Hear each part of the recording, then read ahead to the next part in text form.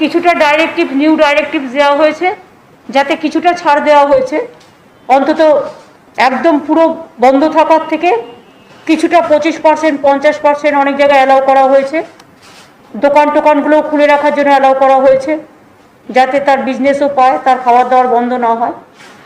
সুতরাং আর 9টা থেকে 5টা পর্যন্ত সব কিছুই বন্ধ থাকবে।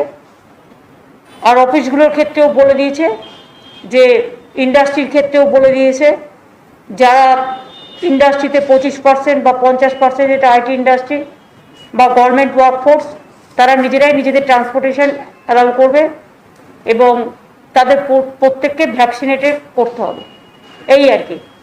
আর টেলিভিশন শুটিং, সিনেমা, এরা সবাই আমাদের রিকোয়েস্ট করেছিল, আমরা 50 জনের মধ্যে করতে বলেছি, প্রোভাইডেড তাদের সবাইকে ভ্যাকসিনেটেড হতে হবে এবং তাদের মাস্ক পরতে হবে, স্যানিটাইজ করতে হবে, এইগুলো থাকবে।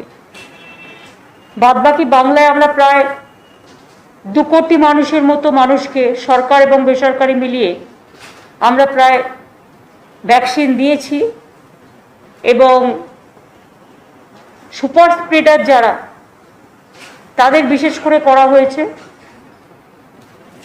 এতে বাংলা অনেকটাই সেফ আছে। আমি যেমন একটা হিসেব দেখছিলাম, যে যখন আমাদের ইলেকশন হচ্ছিল 7th phase, 8th phase, 4th phase, 5th phase, 6th phase, তখন 22% পজিটিভ ছিল, 20% পজিটিভ ছিল, এমনকি last day of election 32% positive ছিল। এখন সেটা পজিটিভিটি রেটে 6%-এর কাছাকাছি এসছে। তবে আমরা আশা করি এটাও আমরা কমিয়ে ফেলব সকলের সহযোগিতা নিয়ে। এই পর্যন্ত।